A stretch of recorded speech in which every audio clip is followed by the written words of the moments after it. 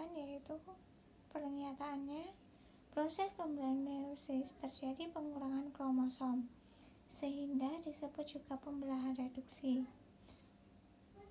Mengapa? Meiosis yaitu pembelahan sel yang menghasilkan 4 sel anakan yang masing-masing memiliki setengah dari jumlah kromosom induknya. Tahap-tahapannya yang pertama yaitu ada profase 1, yaitu ketika membran inti sudah mulai rusak dan menjadi bagian kecil yang disebut dengan fragmen. Kemudian kromosom sudah mulai mengganda dan memadat. Kemudian ada metafase 1, yaitu ketika kromosom akan mulai berjajar pada bidang yang disebut dengan bidang pembelahan. Kemudian anafase 1, yaitu ketika kromosom akan bergerak menuju kutub-kutub yang berlawanan.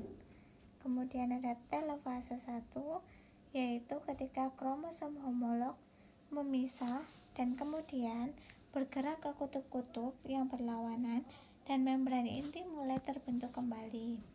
Terbentuknya membran inti ini akan menghasilkan 2 sel anakan yang bersifat haploid. Pada profase 2, yaitu ketika membran inti sudah mulai rusak, kemudian menjadi bagian-bagian kecil yang disebut dengan fragmen. Kemudian metafase 2, yaitu kromosom sudah mulai berjajar pada bidang pembelahan.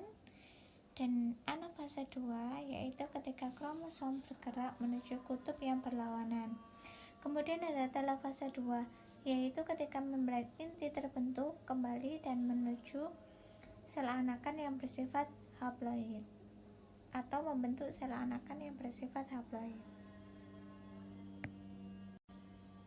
Nah, dari fase terakhir ini, pernyataan dalam soal tersebut adalah benar, yaitu dapat dikatakan bahwa jumlah kromosom yang dimiliki dari sel anakan yaitu